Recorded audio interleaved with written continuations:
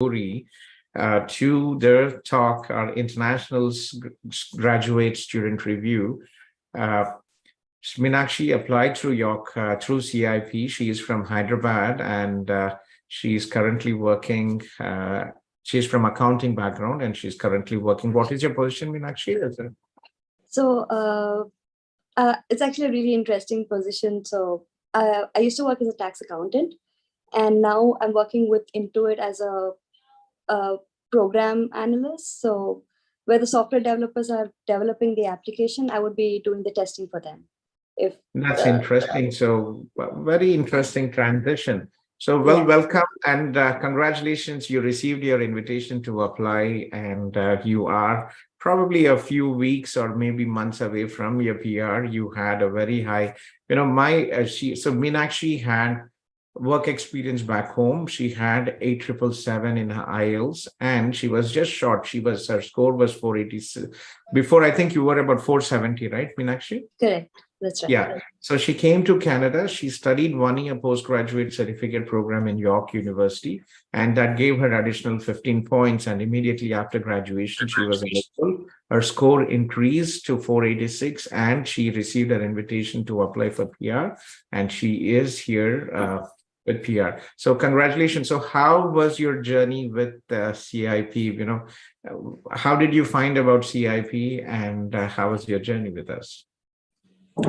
I did have a few friends who came to Canada using CIP, so it was recommended by them, and I honestly have no regrets choosing CIP. You guys were absolutely very helpful with the entire process, start to end, right from searching for my university up until landing to Canada, and everybody was always approachable and over the phone or just a call away, which is very important when you're doing such a tedious process because it takes so many months and so much effort into getting everything done.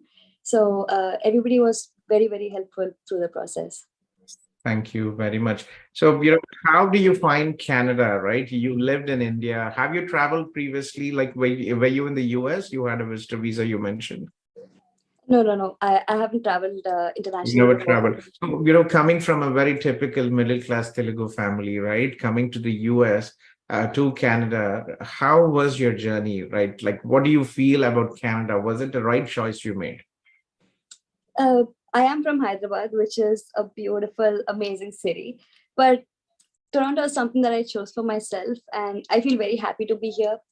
There are certain differences which I prefer in Hyderabad, and there are a lot more things that I do prefer in Toronto. So it's been great. You feel safer at night, even if you're traveling alone. You make a great set of friend circle. You learn to live independently, and you just this transition has helped me become an adult in a very good way. So I'm very grateful for all the opportunities I've received. Yeah, and how about Canada in general, right? Was it a correct decision you made coming to Canada? Yeah, so far I have no regrets, and I would definitely encourage everybody else to make the right decision for them.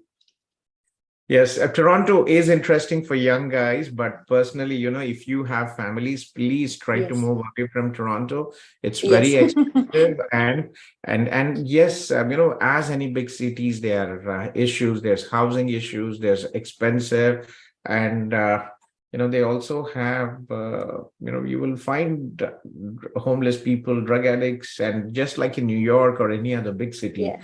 Right. So there's no country which is heaven on earth. You basically have to work hard to ensure that you are successful. So, but it's an interesting place. It's so much of fun. It's a huge city, right? So much of energy. I mean, it's definitely not New York, but for us, it is a gift. So how was your journey as a student, right? How did you manage your studies? Were you able to find a part-time job? Yes. So I came in May 2022.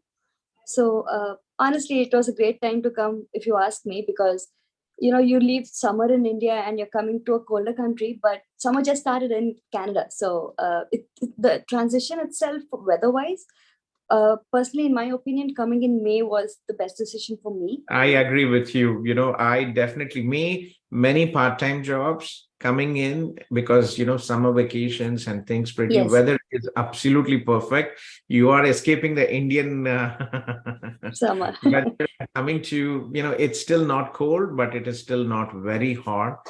But it's a beautiful time to come for main take. So definitely, yes, it's a right choice. Yes, yeah. Yes. And through some friends, I was able to get a good part-time job.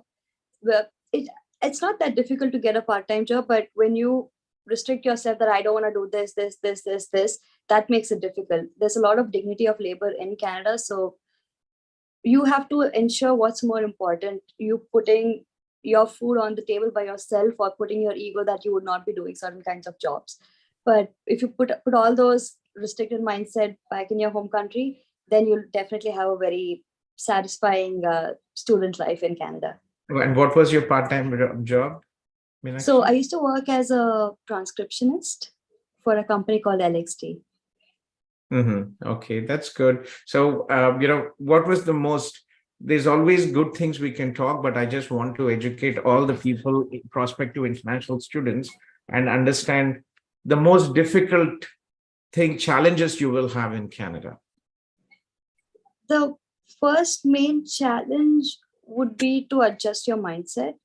And it is difficult for you to make friends out of the same ethnic group that you come from. But I would strongly encourage people to try to put down those barriers and communicate with as many people as you can, because you tend to learn from others' experiences more than your own. So sometimes you just don't have to commit the same mistakes that somebody else did. Meenakshi, I'm surprised, so much of wisdom in such a young girl. It's such a pleasure listening to you. Yeah, so very true. Well said. Yes, the more you talk, the more you learn. There's a saying in Russian which is "Vek be vekuchi." So we live for 100 years, but we still learn for 100 years. Every day is a learning. And well said. Yes. Yeah, please go ahead. Yeah. And I would like to continue what you said, sir.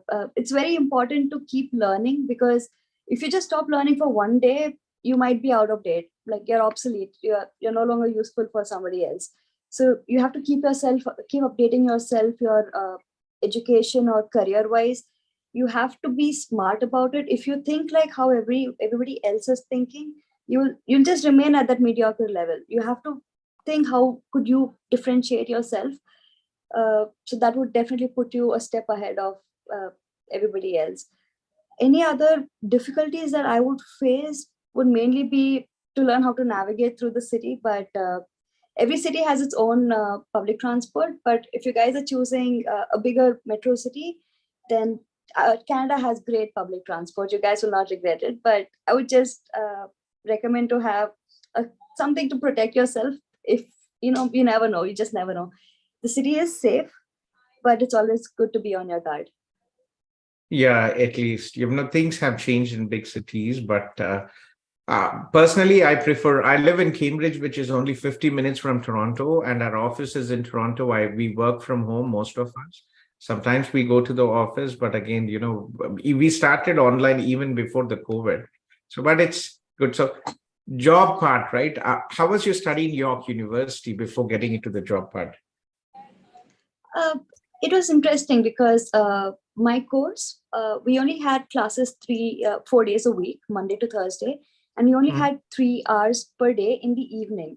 So that was really interesting because I still have my entire day, 9 to 5, to do whatever job that I want to do.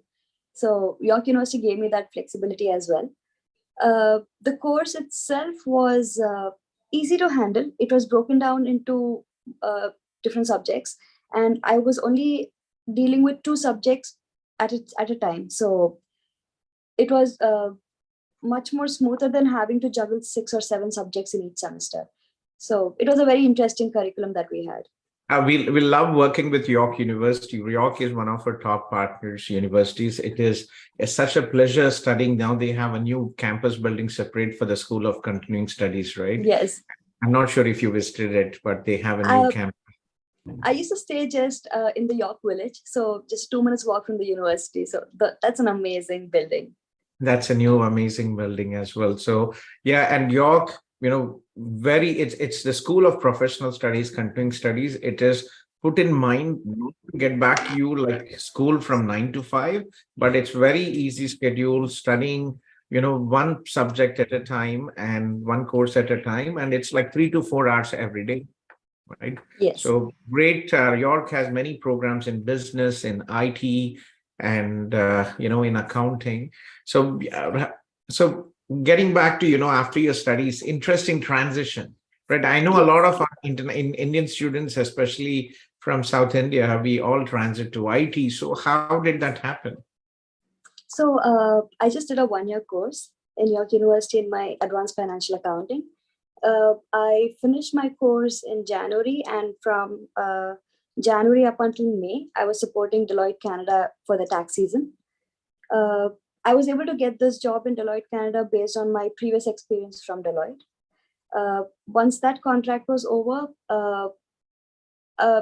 job search can be a little tricky in Canada. It's not something that you'll get it right away, but you just need to hang in there, keep applying for the right jobs, and be consistent about it.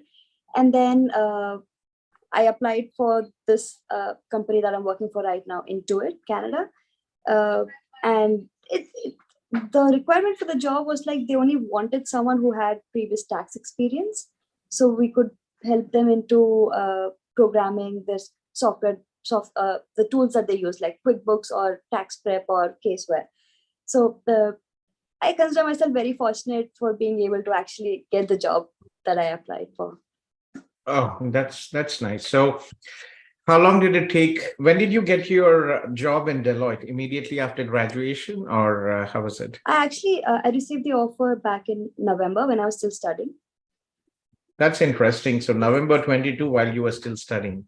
Yes, and I started it right after I finished my studies. So it was a perfect timing. That is nice. See, work experience really matters. There are a lot of people who complain there are no jobs in Canada. It is not true. Every day I talk to CIP students, and I was just posting in the group as well. There are jobs here in Canada. Your skill set is very important. If you have the work experience, things will definitely work out. And my advice, please make sure that you have work experience. Freshers are at a big disadvantage because in the point-based system, you get points for your overseas or Indian work experience. Undergraduate students, huge disadvantage. You will not get your PR without a PNP option. So please make sure that you are understanding all this before you embark on your journey. There are a lot of sub-agents in India who have no clue what they are doing. And please educate yourself like Meenakshi did. She already knew about express entry. She was already in the pool. It's a very easy process. It's not rocket science. So don't be scammed by, there are so many agencies out there, Z-Axis, Double Inters, Houston Reviews, Texas, or all those. They will rip you off by taking money, 50,000, 1 lakh rupees, but it's an easy process. We will help you. If you really need MNRCIC, will help you, but please educate yourself.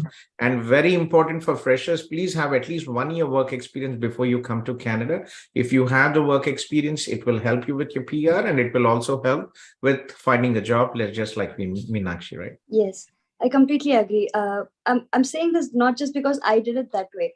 I know my co-classmates who came along with me in the same semester, and there is significant difference in the success process between those who came with previous experience from India as opposed to someone who's a fresher. Having previous experience from India definitely gives you a little advantage in getting a job in Canada, because it shows the employers that yes, this person has previously done something and he or she is able to prove themselves here as well. So I would strongly recommend having at least 1 or 2 years of experience before coming to Canada. That is good. So, well, what would be your advice to all the prospective students, especially, non-IT? It's non-IT. Canada is a great option because in the US, in UK, it's very difficult to get settlement. So non-IT professionals, it's a great option, guys. Canada, if you are properly educated and planning, things will be fine. So what would be your last advice to all the prospective students who are considering Canada? My last advice would be, don't take your process as one step at a time, like study permit, work permit, PR. That's not how it is. Your thought process is supposed to be, how do I get my PR if that is your end goal? How do I make sure that my stay in Canada is secured, not just for 1 or 2 years or 3 years, for the longer run? If you put your PR in your mind, then you would plan your journey in a way that, getting your PR is more right. So you can make a choice for yourself. Do you want to do a 1 year course? Do you want to do a 2 year course? If you don't have previous experience, maybe you want to consider doing a master's program so you could get a PNP through the province. So put that as your goal and then plan everything before and then make the action. My dad just says one thing: you can make 100 plans on a paper, and it's fine. But when you're executing, execute the right one. So That is true. Well said. Yeah. Cheers to your dad. Well, thank you very much, Meenakshi, finding time, ad hoc. Again, we don't really plan these meetings. One of yes. our CRP students joins and we just ask them if they're comfortable to do it. And again, sorry for such a short notice. I know, it's not easy, but thank you very much again. And congratulations for all your achievements from your study visa to your PR. And, it's a pleasure to be a part of your dream come true, of your journey to Canada. Thanks again for choosing CIP. Thank you, sir. Thank you, CIP, for everything.